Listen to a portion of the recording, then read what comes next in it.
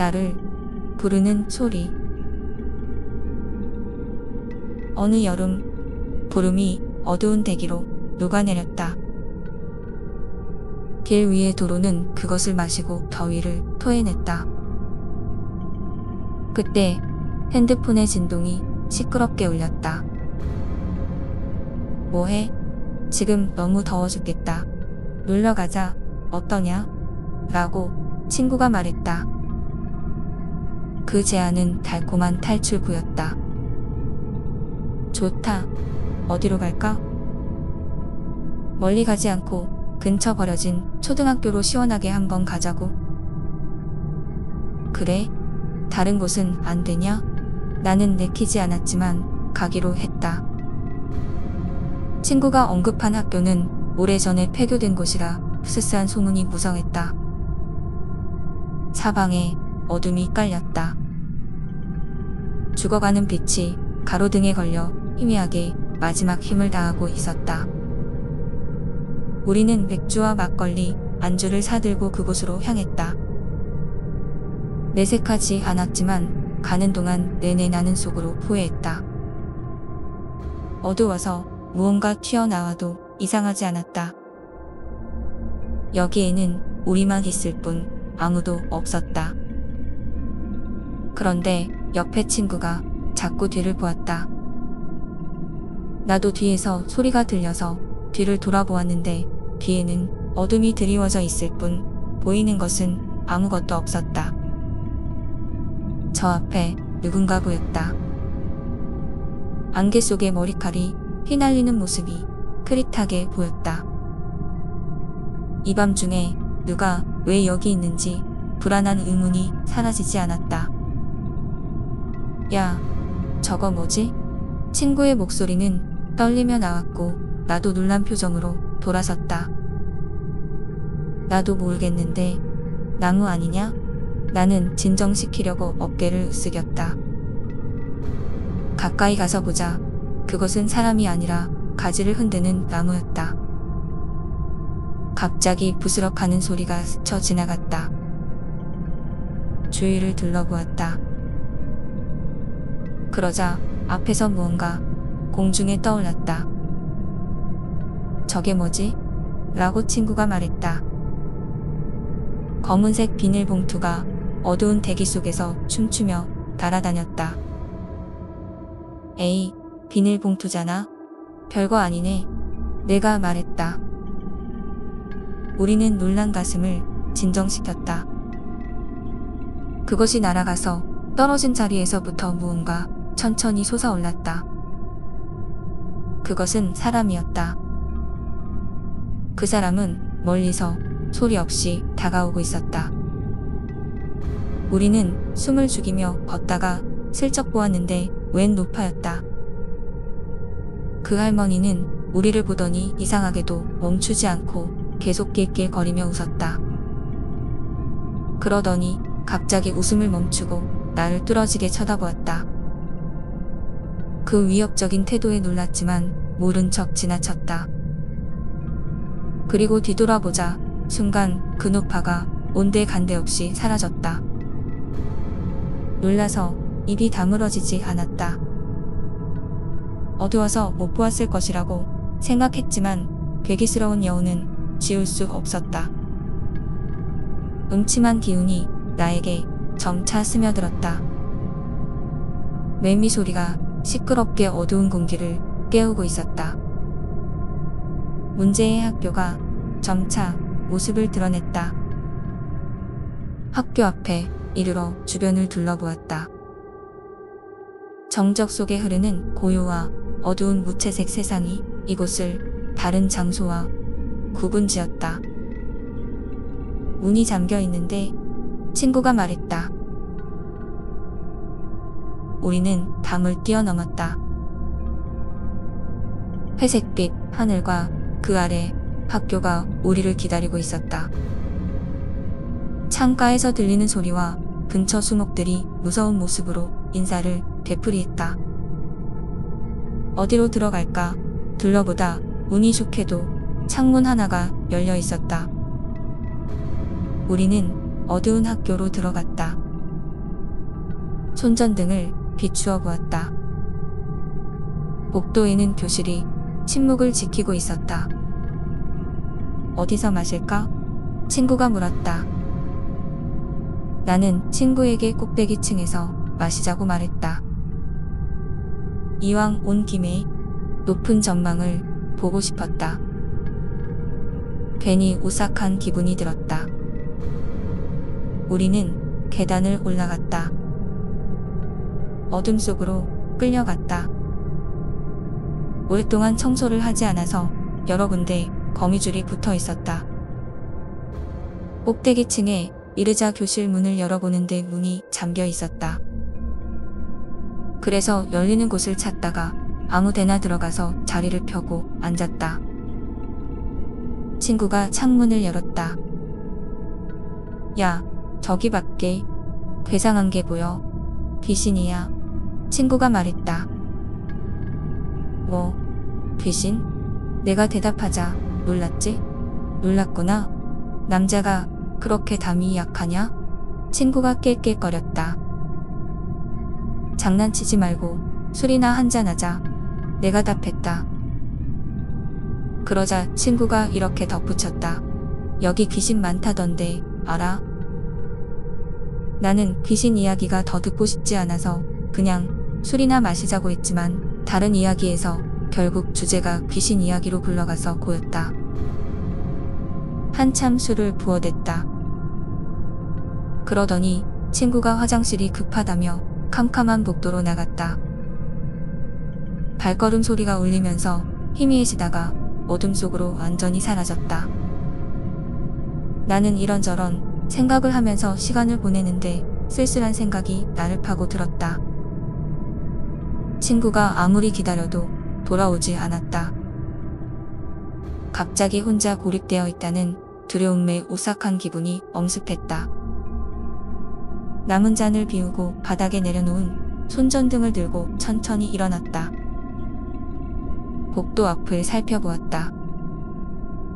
가까운 곳에 화장실이 보였다. 알 수 없는 스산한 기운이 이곳을 휘감고 주위에 어둡고 고요한 공기가 나를 두렵게 했다. 오래된 먼지가 손전등으로 날아들었다. 화장실 문은 부서져서 벽에 기대어 열려 있었다. 그 문은 움직일 생각 없이 끼 하는 거친 숨만 쉬었다. 그렇게 수명이 다했음을 말해주고 있었다. 나는 더 오싹한 기분이 들었다. 준호야, 안 나오면 나 혼자 그냥 간다. 나는 짜증이 나서 친구를 불렀다. 그런데 친구 이름은 어둠 속에서 메아리칠 뿐 반응이 없었다. 나는 다른 층으로 갔나? 하는 생각이 들었다. 내 자신의 발걸음 소리에 소름이 끼쳤다. 괴기스러운 망상이 머리에서 끊임없이 흘러나왔다. 화장실 문을 하나씩 노크해보면서 확인했다. 그때였다. 핸드폰 벨소리가 어두운 대기를 날카롭게 찢었다. 얼른 받아보았다. 야, 거기서 빨리 나와, 알았지? 준호가 다급한 목소리로 말했다. 무슨 말이야? 야, 지금 어디야? 나는 영문을 알 수 없는 말에 놀랐다. 전화가 갑자기 끊어졌다. 그러더니 뒤에서 갑자기 쿵 하는 소리가 문 쪽에서 들렸다. 뒤로 돌았는데 조금 떨어진 교실 문에 누군가 서 있었다. 너무 놀라서 숨이 막혔다. 준호였다. 전화로 유치한 장난을 쳐서 조금 짜증이 났다. 그런데 준호가 묘한 분위기를 풍기고 있었다. 평소와 다르게 쉽게 말을 붙이기 어려웠다. 무슨 안 좋은 일이라도 있나? 하고 생각했다. 그러나 여기서 안 좋은 일이 뭐가 있겠나? 싶었다. 준호는 조금 걷더니 말없이 교실로 휙 들어가 버렸다. 나도 따라서 가는데 순간 핸드폰 벨소리가 또 울리면서 정막을 깨뜨렸다. 방금 전 미리 바꿔놓은 무음 진동 소리가 이렇게 클 줄이야. 속으로 생각했다. 전화에서 준호의 다급한 목소리가 들렸다. 야, 거기서 나와. 나 지금 밖인데 거기 귀신 있어. 얼른 나와. 나는 말없이 전화를 끊었다. 이게 뭐지? 하는 생각이 들었다. 나는 당황하지 않을 수 없었다. 지금 똑같은 친구가 2명이라니. 그중 한 명의 준호가 어둠 속에 말없이 바닥에 앉아있다. 그러더니 명령조로 이리 와 하더니 손으로 앉으라고 바닥을 가리켰다. 우히에 이깨깨깨깨. 친구가 갑자기 기괴하게 한참을 웃었다. 나는 두려움에 휩싸였다. 그러더니 놀랐냐? 라고 말했다. 친구는 평소와 분명히 달랐다. 불안감을 감추기가 쉽지 않았다. 무서운데 도망갈까? 하다가 친구를 버리고 가고 싶지는 않았다. 일단 앞에 친구가 준호가 맞는지 확인하고 싶은데 확인할 방법이 쉽게 떠오르지 않았다. 그리고 앞에 있는 사람이 친구가 아닐 수도 있다는 이 상황을 현실로 받아들이기 어려웠다. 그런데 앞에 친구가 누구한테서 온 전화인지 물었다. 나는 쓸데없는 전화야 하고 일단 얼버무렸다. 그리고 귀신은 과거를 잘 안다는 생각이 들어서 준호에게 한 번도 말한 적이 없는 이미 죽은 친척이 살아있는 것처럼 넌지시 물어보았다. 우리 삼촌은 지금 어떻게 계시는지 몰라? 준호 너 알지? 지난번에 만났잖아. 그러자 이상한 눈빛으로 소름 끼치는 미소를 지었다. 그러더니 내 의도를 꿰뚫어 보았는지 이렇게 말했다. 기억이 안 나는데 그런 건 왜 묻는데? 나는 할 말이 없었다. 화장실을 간다고 말하고 나왔다. 겁나서 숨이 막혔다. 견디기 어려웠다. 교실 안에 친구가 전화를 받는지 아닌지 알기 위해 전화를 걸었다. 소름 끼치게도 반응이 없었다.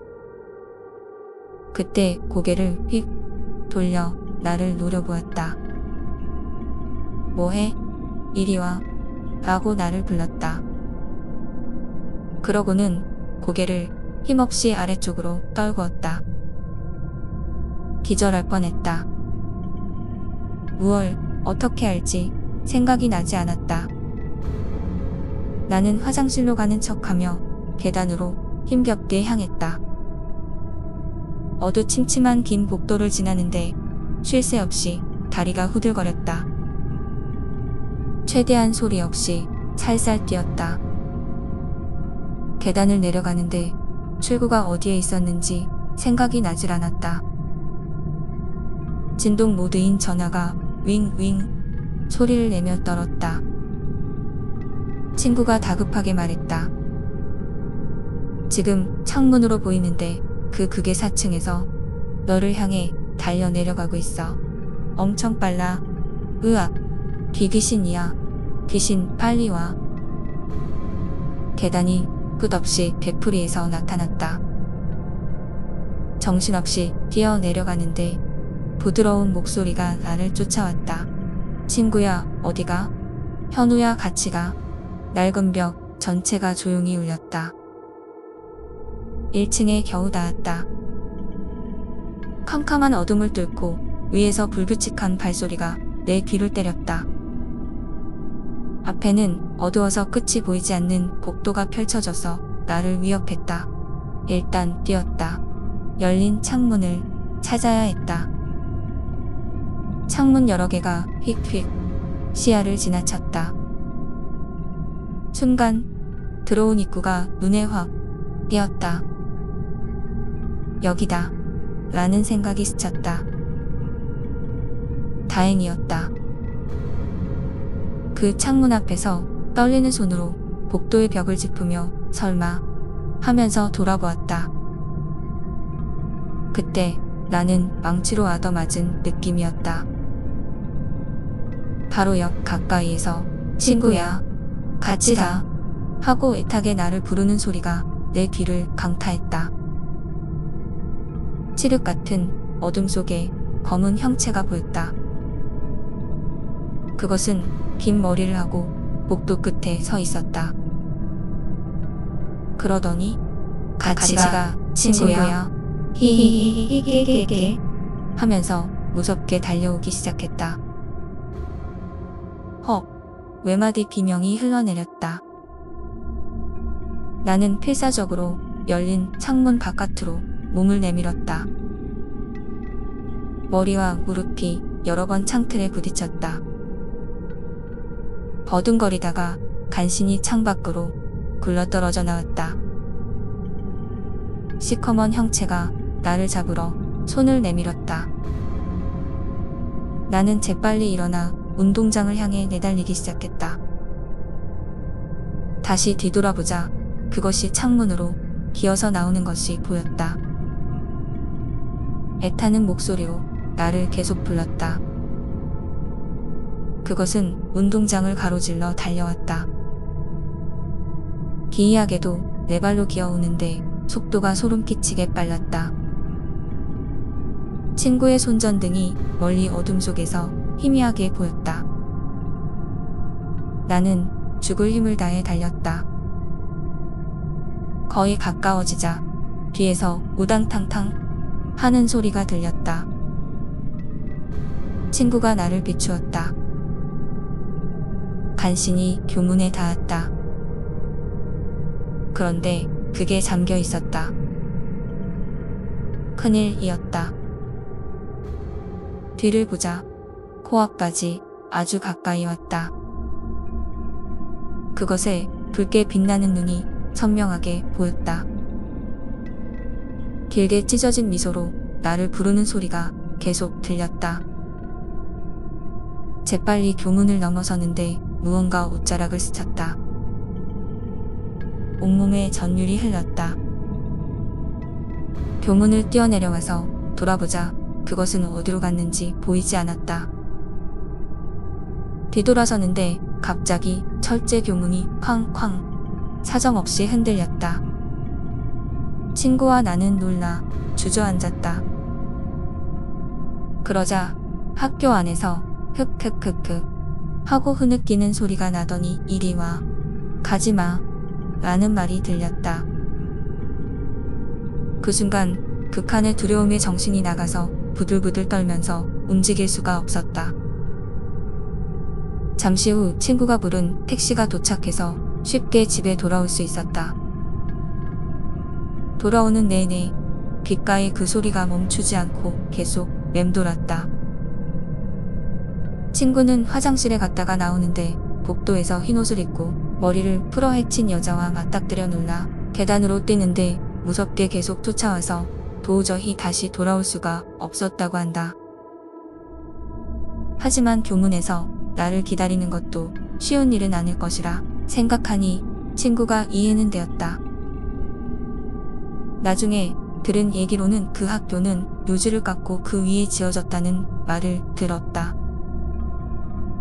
그 폐교가 어떤 비밀을 지녔는지 나로서는 알 수 없지만 내 기억은 아직도 그곳을 떠돌고 있다.